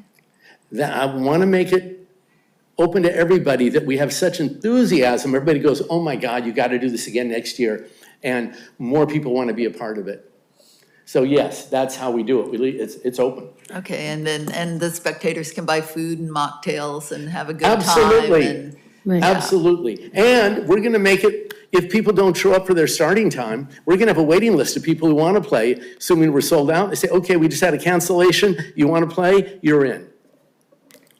Okay, so that was my question. Because in the application, I did not see, are we closing, for example, like we do for the farmer's market, that we close around Davendorf Park? You know what I mean? We close between 6 and Ocean on San Carlos, for example. Are we closing any, like that one or the other, none of them? At this point, not. But here Okay. is the thing, and I'm glad you brought that up.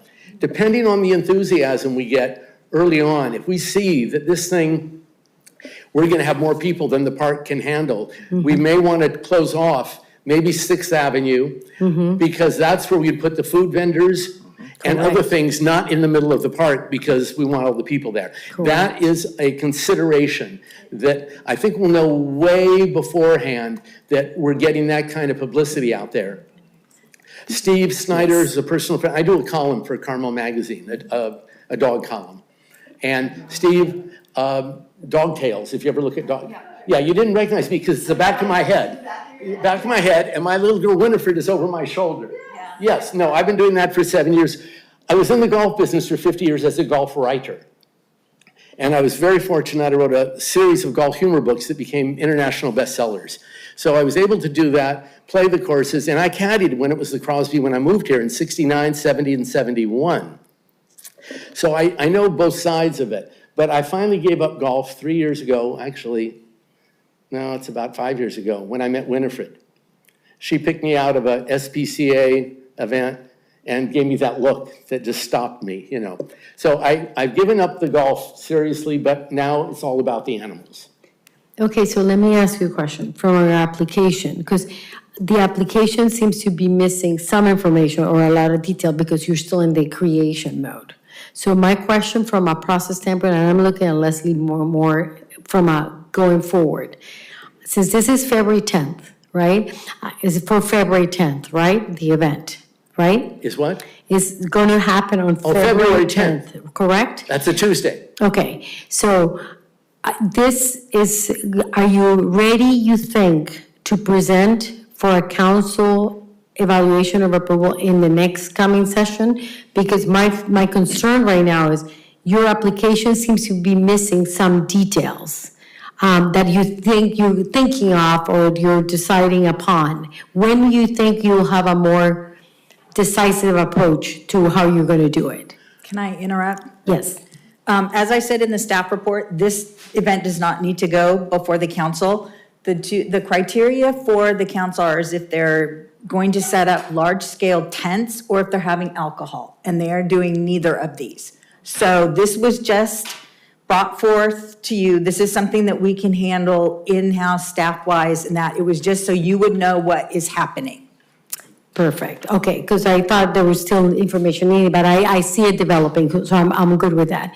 The one question for you, residents, are we going to encourage residents to be participants? Absolutely. Okay, Oh, we're going to be promoting the heck out of this.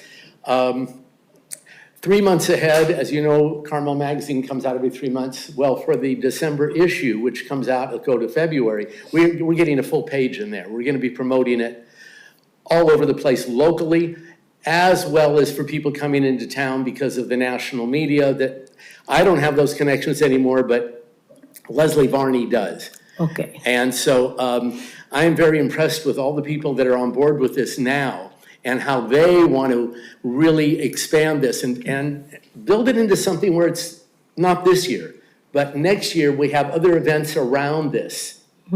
So people will come in, will want to stay an extra night or two because we might, before the putting tournament, we might have an event the night before and then have an after tournament party where people really make this like AT&T, all that energy. no, I think the idea is very Which is contagious the and it's opposite of great. the car week, which we got more than enough energy. We got to bring that back into. Remind me of your name, sorry. Yeah, Mark Oman, O-M-A-N. Mark Oman, okay, perfect. Mark, I don't have any more questions, I don't know if anybody has any other questions, but I love the idea. I love mini golf anyway, so count me in. Oh, no, it's gonna be fun. Okay. Yeah, I have just a couple, so, and thank you for bringing up the number of teams. I was actually surprised to hear 50, so seems ambitious, but you've probably timed it out. And hopefully we'll have people there to kind of shepherd folks along. we're going to have course marshals, just like Okay. the big tournament. Okay. And on each hole, helping people, and there will be a maximum number of strokes you can take. Okay. We're not going to let people, no, each hole, it'll either be a par 3 with no more than 4 strokes. We're having small holes, medium, and then the longer holes, but we're going to have monitors on every hole, including, I don't know if you remember, let me see if I have his name before I forget it, Vince Lucido. Does that mean anything to anybody? Who was the caddy, who was they featured him in Carmel Magazine, who was the official caddy for the tournament we just had out there at Cypress Point. And I've talked to Lucido, and there's a good chance that he is going to be our official supervising caddy for the event, and which would really be fun, helping people make fools of themselves on the course. And so those are the kind of things that we want to add a lot of those real golf elements to the silliness. And again, if we can get some of the people that are actually announcing AT&T and from the Golf Channel to take part in this, that could really blow it up, which is why we may have to use 6th Avenue for some of the vendor things. That was my next point. I would encourage that. I think if you have 50 teams of 2, you've already got 100 people out there, plus the size of the course itself, it's going to limit it for the spectators. So it'd be great if they had some additional area for the vendors and those sorts of things. Yeah. And that also helps, support the local businesses around the area. Yeah, no, we spent a lot of time discussing that, including maybe even like you do for Thursdays, Farmers Market. Yes. Take both Mission and those 2 streets. And and keep the area open in the park for spectators. and a stage. There we can do the announcing for the winners and all that. But yeah, we're leaning much more towards that. Great, thank you. I have a few questions. I think it's a great idea, and there's so Thank many you. limitless opportunities. I also have some concerns being an event producer. That park is pretty small, so how many people do you think could view the golf activities? That's the first question. Second question is, what would you do if people brought their lawn chairs and plopped them right down and, Great. stayed the whole time? How will you move people around, especially if you get those celebrities, which I believe that you will because it sounds like a lot of fun. I'll come dressed as a dog myself. Thank you. But, I have real concerns about how many people will want to participate by viewing, and how will you manage that, and how will you protect the park itself from getting trampled? Well, we've had a lot of people in the park for other events, so I'm not worried about the trampling. The holes, people forget, for the holes that I've created in the past, they're only 6 to 8 feet wide. You put those around the perimeter, and I've walked this, I spent a lot of time over in the park.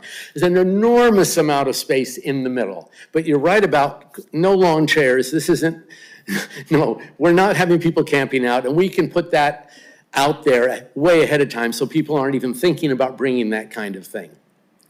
But the area with the holes, and we have border treatments to keep the play within that 6 foot wide, or in some cases 8 foot, but usually it's about 6 foot wide is all we need. That really doesn't take up much space of that park.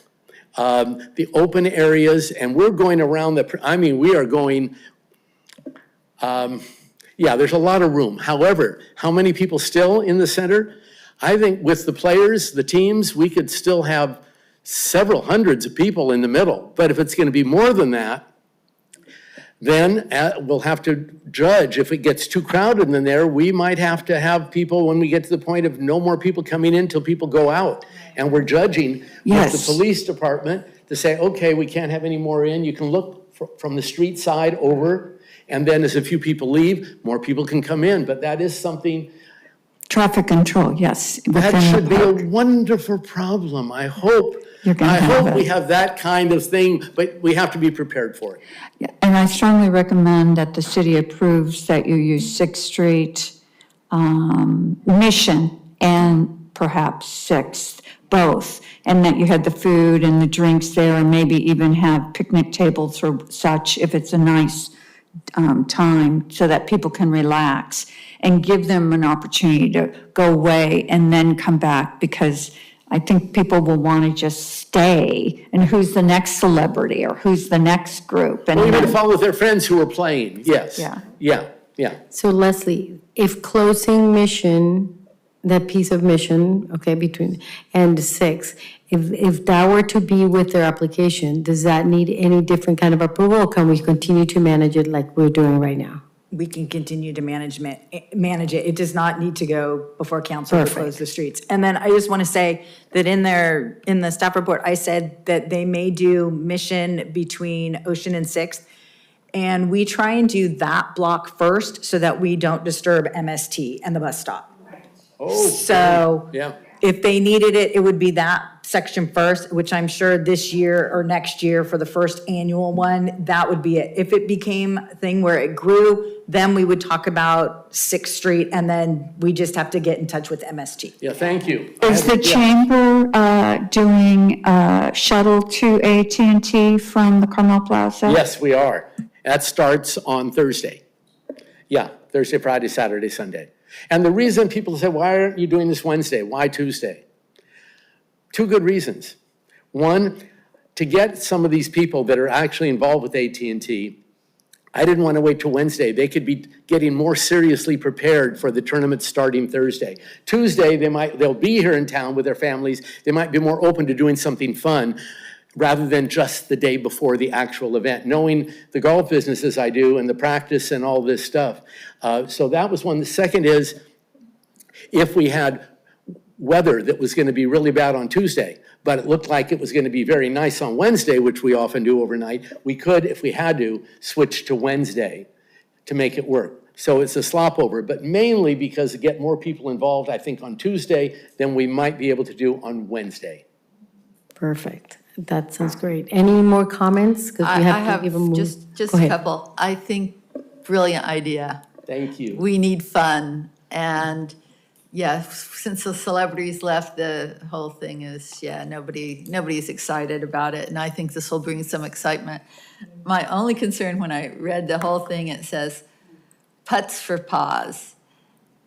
Dogs are allowed in the park. I know there's no real dogs, but people, you see putts for paws and people are gonna go, oh, my dog can finally go in Devendorf Park. Yeah.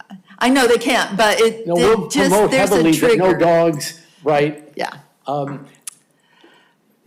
The plush thing can work really good, but also, there are a couple of the 9 holes that I really think are gonna be more fun for the businesses if the person running that hole, or the prop is not a plush animal, it's a person in a dog suit who can interact with the people playing it. Ellen already volunteered. Yeah. No, yeah, It occurred to me that, so that we can have some fun with that as well. You know, but it will not be any of the animals that we all love, because it would just make it chaotic beyond control. And that's the biggest thing, is control. In fact, we were gonna have a division for the amateurs where it's not just 2 adults, but 2 kids playing as a team. And then I was talked out of it, because some of these kids, it could get really wild and crazy where it destroys, it is problematic. Well, they might be in school, it's a Tuesday. In school, or they just get out of hand, and if the parents aren't gonna control them, we don't want to have to be. So anyway, it's for adults who want to act like fools for an afternoon and have some fun, yeah. Okay, anything else, anybody? I wanted to leave with you, I don't know if you have this, I want to give, this gives you an overview of everything I just talked about, but Thank you, Mark. minimalization. Appreciate it, and thank you for taking the time. Goofy and Garfield. Okay, that's a good way of dressing up. And we're gonna promote miniature golf that's going to the cats and dogs. Perfect. Well, thank you so Everyone's much. invited. This is an invitational where everyone's invited. Excellent, excellent. Do you have a question, Melinda? You're good? Okay, perfect. Okay, thank you so much, Mark. We appreciate you coming with your planned event, which is Thank exciting. you all, very much appreciated. Okay, last item, I guess we have an after-action report from you. You need to just approve You, that. It's not going to council, you're just approving it as something that you. okay, let's vote on the approving the event. So does anybody, do I have a motion? Do we have a motion to approve the event? Whoops, I make a motion to approve the event. And I second the motion. Clear in that motion that is a putt for puzz? That's the one we're talking about, right? Yeah, Okay, just to make sure that's the event we're talking about. yeah. Thank you. Putts for paws. Okay, perfect. Ellen Martin, Yes. Jeff Meacham, Yes. Judy Refuerzo. Yes. Maria Ruess. Yes. Approved, thank you. You're welcome. Okay, last item on our agenda. I know we're running late. We were going to listen real quick, briefly, for the receive after action report from the Sandcastle contest, and I know one of the members of our team was a judge there, so, yes. So do we want to, can somebody brief us on that? I don't know if Leslie's going to brief us on the after action. Yes, she is looking for it, I know. Well, I can put my 2 cents in right now if you want. Okay. On September 14th, we held the 62nd Annual Sandcastle Contest in partnership with the Monterey Bay chapter of the American Institute of Architects. It was a beautiful day. Normally, you're like, is it going to be foggy or what? I mean, it was sunny and warm, and we couldn't have asked for better. This year's theme was Carmel's Nature, and we had 28 entries, which is about average. One thing was this year, between the AIA and staff, we decided to try having the event on a Sunday. Traditionally, it's held on a Saturday, and we decided to try Sunday because we were finding that there are a lot of family sports events on Saturdays. There's a huge soccer teams and things that play out at the middle school, or there's football, that kind of thing. And we noticed that a lot of families were having to leave early before we would go with the awards and that kind of thing. So we just tried the Sunday, and I only heard one person, they called earlier, they were disappointed that it was on a Saturday because they had something on that Sunday. But otherwise, when we explained, when people asked at the registration table, they were like, this is great. We enjoy that because now we can stay and, you know, that kind of thing. It might have thrown some of the people off who came on Saturday down to the beach and there were no sandcastles. We did hear that a couple times, but we did advertise it as Sunday, so it's just a mix-up on the times that people had it in their brain that it's always a Saturday. There were 6 judges. We had 3 from the city and 1 was Ellen. And then we were supposed to have 3 from the AIA, but one of them had to cancel, so we pulled in a substitute at the last minute. Everyone seems to have a great time. They did say that the bribes were a little lacking this year, and that's always why everybody wants to be a judge.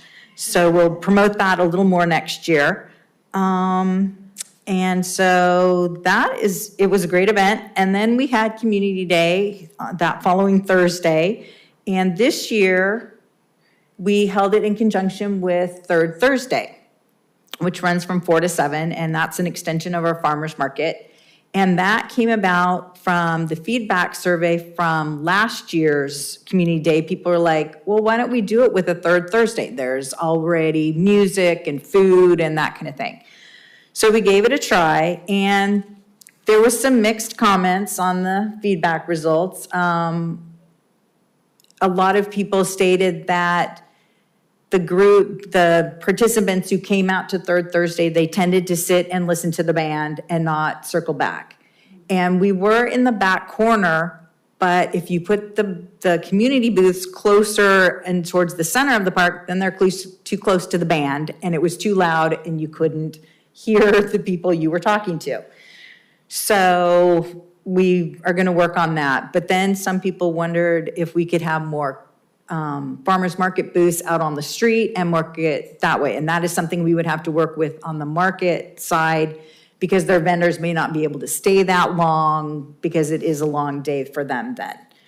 But other than that, everyone who came out, we had 20 some odd local organizations come out. And they seem to have a good time and enjoyed it. We just have to, once again, tweak the logistics. Tweak the logistics and just work on refining it. Because when we held it on Saturdays, we had one year where it was perfectly sunny weather. The next year it rained on us and had to cancel. The next year it was foggy and cloudy and freezing and nobody came out. So we're trying different things, but we just haven't hit on the right formula yet.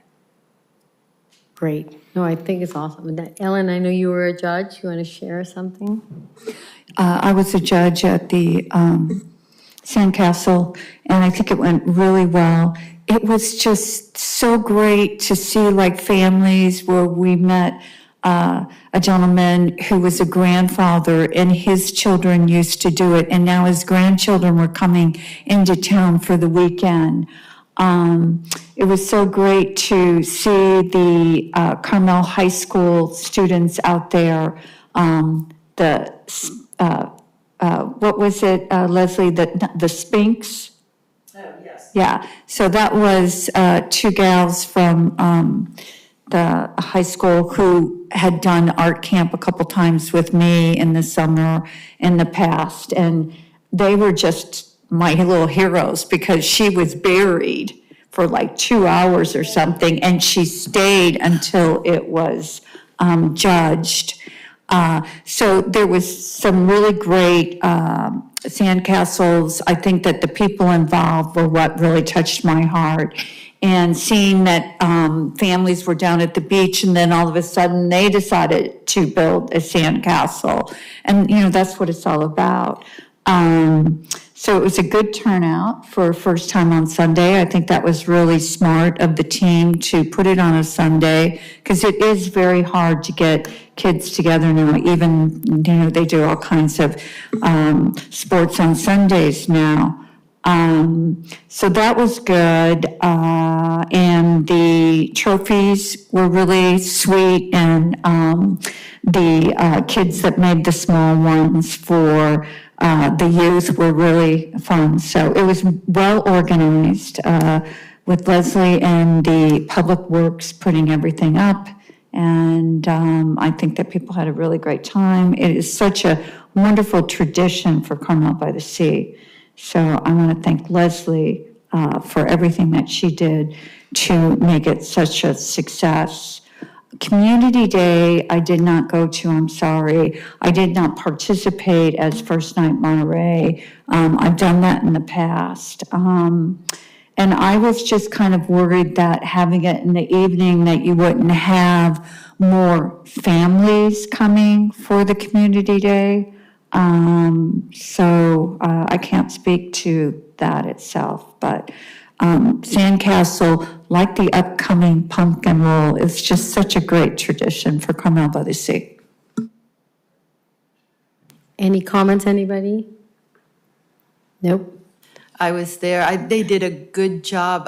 The volunteers for the city that work under the police department, whatever their little group is called, did a good job of putting up signs for the area where the dogs needed to be back on leash so they didn't destroy the sandcastle. So I thought that was really handled well this year. And I walk the beach every Saturday and Sunday morning, and there were people on there Saturday morning, and I'm like, what are you doing? Practicing? And they're like, yeah, practicing. So they'd shown up, so there were a few of those, but yeah, and Sunday, what beautiful day. And I would love to see more pictures, like pictures of the winning one, pictures, I would like to see that, but other than that, yeah, great job. It's on my list. It's at the bottom of my list, but I do have the photos. They were in the Friday letter, the weekend after, so I just have not gotten them up on the city's website yet, but it is in my plan. Yeah, Leslie told me, I know that, I'm not going to mention it again, because I know she told me, it's in my list, okay, got it, under control, perfect. Well, I'm glad they went so well. I know we're running super late, but just to keep us all in mind with our focus on activities that are coming up, I just wanted you to know, I did share this at the last city council meeting, just so that we get a little more attention to what we're doing and all of the activities that are coming, because October seems to be packed with activities. So. And thank you, Maria, for showing up at the last city council meeting and promoting us. Yes. And promoting the because city. We're asking people to participate, get engaged, and don't complain that they didn't know. So I know, I'm gonna ask Leslie to give me more of this little flyer so I can go stick them around, put them in places, because I'm going like, where? I didn't see one at the post office. I'm gonna go out, Leslie, to give me one to put in the post office, you know what I mean? So that people know, so that we don't get the, I didn't know about. But just from going forward, Thursday, the third Thursday is coming up, this coming Thursday, and then we're going to have the Challenge Athletes, which is just a group of people in bicycles coming through our town. They're going to have lunch here. They will stop at the Del Mar parking lot, okay? So that's nothing to do much of activity to us, but just be aware, and if you see people on bikes, say hello, be nice, you know what I mean? And then the key one is Saturday, the pumpkin roll, and of course, the birthday celebration and Halloween parade. Those are the marquee. So I'm gonna ask each of you commissioners to figure out how are you gonna volunteer, when are you gonna volunteer? I'm gonna volunteer for both, so count me in. So I would love for you all to be part of them. So I would like to get comments. Yeah, you could count me in to help with both too. I just wondered, on the Halloween parade, Leslie, how many people have you had fill out the application? Do you know? I think at the last count, I have 7 or 8. groups, but those are mostly the ones that are going to be in vehicles or larger groups or that kind of thing. I did send out the invite to the board and commission members and the council members back in September. And so I'm going to ask each one of you if you want to participate, because I have not heard from our commission yet. So let me know that, and then I can get to arranging cars or getting everybody in the Laverne. So is 7 typical this far, or this close? Yeah, and then you always have those last minute ones. They're like, I didn't see it. I, just heard about it. I want to participate, or that kind of thing. So we always have that. But the regulars have already responded back and said they want to be in it. Okay, I didn't respond because I don't think I'm going to do a unit, so I could be with the commissioners. So maybe you could send out another email? I'm going to do that. Yeah, okay. So we as a commission are going to show up? I am going to show up in a little tiny convertible with my husband and be in the parade. Oh, you're not going to come as a commission in the parade? No, should I? Well, if not, I can send my husband by himself. I asked him to dress up with a costume, and he's like, what? I said, yes, you gotta wear something, so I'm already going an extra step here, so. What we've done is, when we don't have a lot of boards and commissions, or it's like one person from each, we put everybody in the Laverne. But then Maria has her own car, and I have another commissioner on the library board who has a vehicle that she wants to ride in. So what we did last year is we made a banner that says City of Carmel Boards and Commission Members. Yeah. So they will all just be, hopefully I have to find 2 people to carry the banner. And then all the vehicles, Laverne, that kind of thing, will behind that banner. It may not specifically say which commission you're in, but it just is the way it is because we never know how many we're going to have. When I first joined the commission, when this was asked, do you want to be in the parade? I thought it was for my organization, so, and I was so surprised when I saw the car with everybody else in it. But then I've been doing a unit every year. Last year, we were all pussycats because we were Cat in the Hat and dancing witches the year before. It's been fun, but I don't think I can get it together this year. So I'd like to join y'all. Okay, so Jeff and Judy, I guess the question is, can we count on you? And by the way, Leslie, tell us what time do we need us for the pumpkin roll and for both places, for the parade?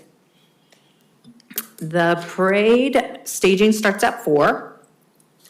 And so if you're there a little before 4 o'clock, we can get you to wherever you need to go. There'll be a map that's sent out. If you're in your own private vehicle, you'll look for a number and that kind of thing, so you can go there. And then afterwards, because we are having the birthday celebration with the band, the candy, and the hot dogs, if we can have some commissioners there who can hang around and pass out the candy at the table or help pass out chips and water, that would be great. For the pumpkin roll, we get there at 8 a.m. to start setting up. So if you are willing to lug fencing or orange netting or hay bales, that kind of thing, then that's at 8. Otherwise, the event is from 11 to 1. And if you want to get there a little before that, we can have you roll one of the first pumpkins, and then you can kind of help the line or just tell people where to get their pumpkins and what all is going on. Because we get so many people that just walk by at the bottom of Unipro, look up and are like, what is that? So you have to explain it a few times, what's going on. So kind of just ambassadors out there at the top telling people what's going on. Maybe Will you have the mayor started, and then last year? I have that invite out. Yeah, so. then Yeah. Monterey's mayor was there also. If not, we will be the commission, we will be in a line and we will all throwing our pumpkin. I think it will be really fun.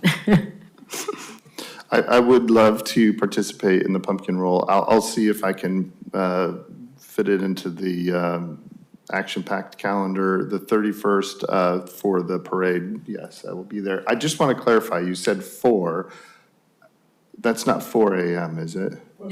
Okay, No, that's not until November. November is the 4 AM. We're not talking November, just yet. And then, Judy, can you attend either one? I will attend the parade. I won't attend the pumpkin roll because I'm going to be out of town from the 21st through the 26th.